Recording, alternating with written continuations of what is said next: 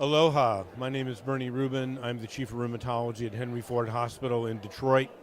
I'm here at RWCS 2018. We have several fellows who have interesting cases that they have chosen to present. So I'm going to talk to Umber Ahmad from the Medical College of Wisconsin. She's a first-year fellow about this interesting case of cutaneous polyarteritis nodosa. So, Umber, several of us in rheumatology see polyarteritis nodosa, even cutaneous. What's unusual about your case? So yeah, my patient was actually pretty interesting. She was a 37-year-old female who had cutaneous polyarteritis nodosa since she was a young child, and usually was preceded by a strep infection. At this time, though, the reoccurrence happened when she was 37, and she was initially treated with Cytoxan, but didn't really have much of a response with it. When they tried to decrease her dose of prednisone down to less than 40 milligrams a day, she had reoccurrence and worsening of her subcutaneous painful lesions. Okay. And so she came to us wanting help and trying to figure out what's going to be helpful in regards to this uncomfortable lesions and nodules on her body. So how long had she been treated before she came to rheumatology? Yeah, so she did around 3 cycles of Cytoxan, and so she was on the 40 milligrams of prednisone. We actually tried to first start her on methotrexate to see if she had any improvement with that. She had minimal improvement with that, and so we decided to switch her to Plaquenil from there onwards.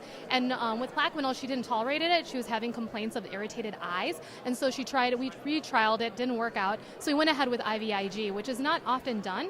And actually, there's only 9 case reports of it done in the literature. Really? And so you looked at trying IVIG, and did it work?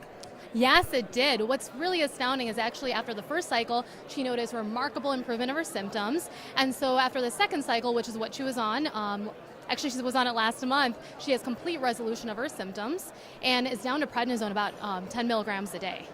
Wow, that's very interesting. So there's only been a few cases in the literature where IVIG has been used? Yes, about 9 cases total, and a few of them are in children as well as the rest of them are in adults. And often, I think of the cases that are in the literature, 3 of them were involved with children and usually preceded by a strep infection with an elevated ASO.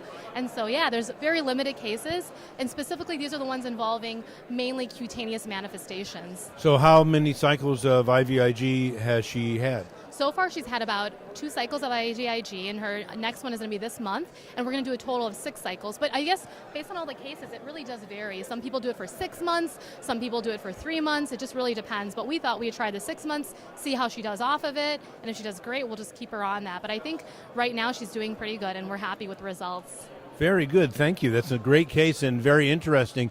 You know, many of us see this kind of a condition, and I think the use of IVIG might be something that all the rheumatologists would be interested in looking at in the future. Yeah, I agree with that, especially when it makes such a big difference in symptoms of a patient. I think it's a wonderful medication to consider in this specific disease. Thank you. Great.